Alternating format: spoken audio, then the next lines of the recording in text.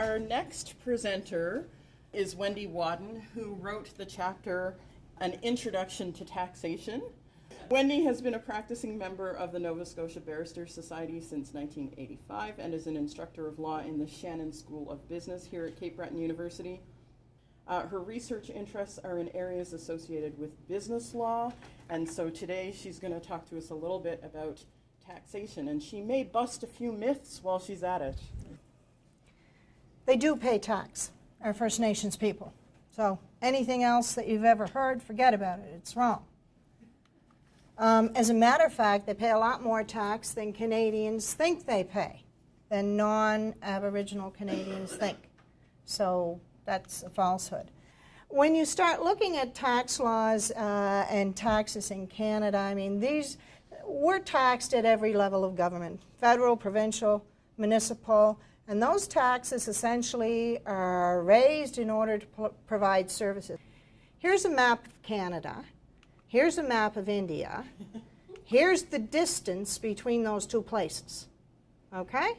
Just to give you an idea of the distance between India and Canada, and I'm going to talk to you about the Indian Act.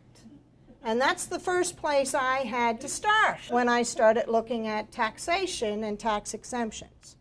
I really don't want you to be confused. I'm talking about Aboriginal peoples right here in Canada, not in India. Okay, just so you understand the problem with the name of the act in the first place. My paper essentially started, my chapter, around Section 87. Which is where we get this whole concept of a tax exemption existing for the personal property of Aboriginal peoples or Indians. And I don't like using that term, but that's the term used in the Indian Act. And I don't think our Indigenous people like that term either, by the way. So I think there should be some legislative changes coming forward very quickly on that. I don't think a lot of people know that under Section 83 of the Indian Act, there is the possibility for band councils themselves to develop, with the permission of the federal minister, I might add, possibilities of taxing land and interest in lands on their own reservations. Okay? Where did I start looking? So that, I'm a lawyer. Where do we look? We look at the primary sources of law to begin with first. That's your federal statutes, that's your provincial statutes, that's your case law. And often we also want to look at what the various interpretations have been by this and what other stakeholders are saying. So the articles and the reports I read came everywhere from other Aboriginal lawyers who did research in this area. It came from sociologists who did research in this area with an Aboriginal background. It came from tax lawyers who had written journal articles. I read just about everything I could find. I think it was most important for me to concentrate on letting you know I read 172 cases that either came from the Tax Court of Canada, one of the federal courts, either the Federal Court of Appeal or the Federal Trial Court or the Supreme Court of Canada, because I wanted to see what the justice system was doing with respect to this tax exemption in Section 87. And I want the last part, the second paragraph on this slide is most important. I've had the pleasure of doing some tax law as a lawyer and representing some people who had been audited. And I've got to tell you, a lot of people are pretty intimidated by an audit. So if you think about the fact that 172 cases went far enough to go into the tax court to be heard, and then some of them went on further to the federal court, and then the Supreme Court of Canada, I don't know how many were stopped at the initial stages because people didn't have the money to keep going. And that's what you have to realize.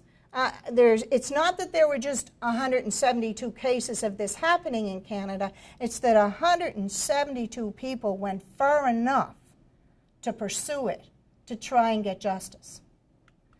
Now, here's a statement of my opinion, after reviewing all of this, is that actual access to this exemption is quite limited. It's quite limited. It's not nearly as broadly received as perhaps might be the standard perception of that.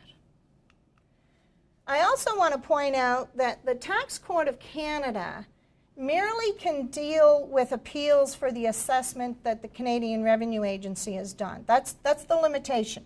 They cannot deal with any challenges as to whether or not the laws actually meet the constitutional requirements, or whether they were intra vires the government in the first place. So the only thing they can deal with is assessments. And as I said, I've worked doing for clients, not Aboriginal clients, who challenge the assessment from the Canada Revenue. As lawyers, we don't believe anything Revenue Canada says when they assess you. You've got to understand that.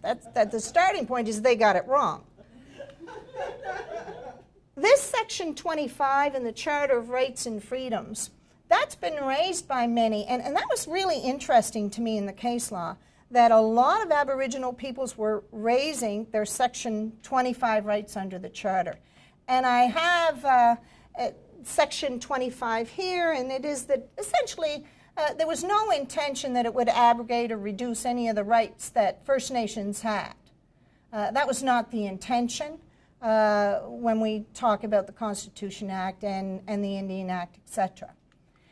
This was, I'm giving you a portion of the argument that one of the Aboriginal taxpayers made to the Tax Court of Canada here, and it's the issue of taxation has never been discussed with my leadership, and it abrogates and derogates my treaty rights as stated in Section 25. I just got so excited when I read that, you know, because I really think that's a really neat argument going forward, and the litigation on that may very well change how those things are happening.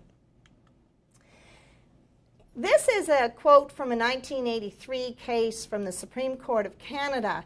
And again, I think what's really interesting is it probably does away with the myth because the Supreme Court of Canada made it readily apparent in 83 that Aboriginal peoples, those under the Indian Act, are subject to all the responsibilities, including the payment of taxes of all other Canadian citizens. So how a myth gets started, I can't explain. I'm sure that's for someone else.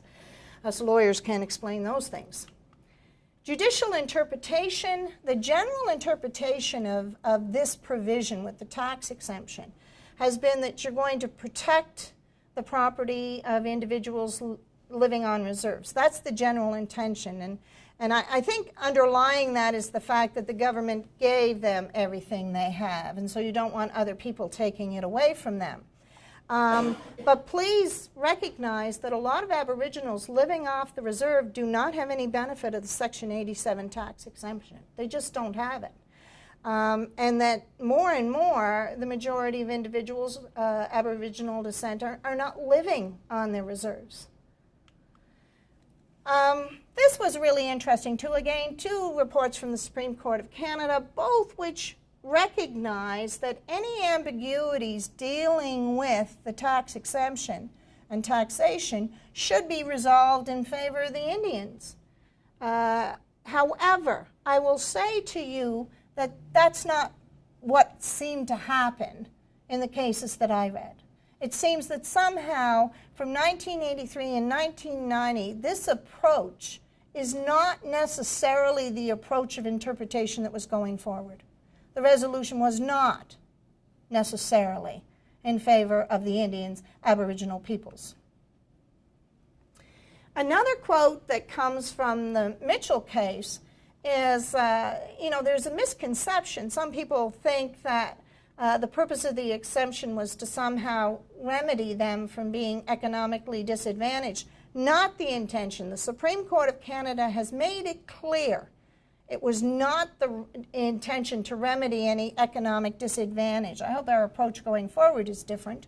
But it was also to make sure that if the Aboriginal people engaged in the commercial mainstream, however you want to define that, the court has a number of ways of defining that, and it varies from case to case. You didn't want to give them any kind of an advantage by making sure that they could have any of their income tax exempt, for sure. The Williams case is the first case that starts to establish the kinds of factors to figure out whether or not that income is taxable or tax exempt under Section 87. And you'll notice I put location. I wanted to put location, location, location. But anyway, these factors, as a lawyer, I love it because you can manipulate these.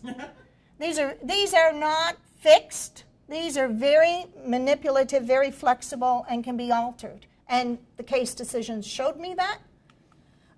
The commercial mainstream, there was no doubt in my mind after the review of all of the cases that the moment an Aboriginal was engaging in the commercial mainstream, there seemed to be a reduced possibility of them getting the Section 87 exemption.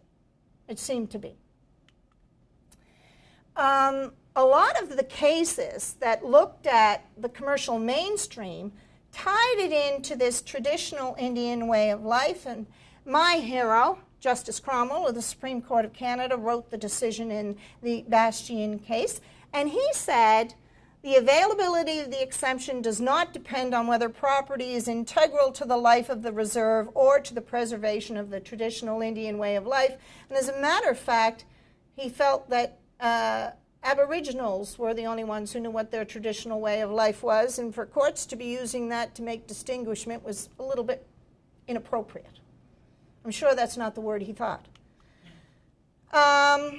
This comes from the fact that litigation's not the answer. The way the tax exemption has been solved is that everybody who has it denied has to bring a case forward, and then it becomes decided on its individual facts, and it makes it so complex every time that your Aboriginal persons can't plan. They have no idea if they're going to get the exemption or not, because there are so many factors that are available for manipulation. The changing demographics, this is Justice Rowe of the Tax Court of Canada, and he indicates that it's about time Parliament made this a little clearer. What are the rules around this tax exemption, and when can you get it so it's a little more predictable? And he has well suggested in the Robinson case, it's about time that it's not an all or nothing. So it shouldn't be all or nothing. You either get it or you don't. We should be looking at it in a way to ensure that the tax exemption is permissible. I think we've already heard about the traditional approach that had existed, in the sense that there was a sharing and there was helping out on the reserve. So in a form of taxation, perhaps, we can talk about the communal model. And so there was that sharing. As we look at the advancement of First Nations people and the number of agreements they're entering into for self-government and tax sharing, I mean, obviously it's going to come to a point where this taxation that we currently are fighting with will be resolved in a positive way, I hope, for the Aboriginal peoples. And that's it.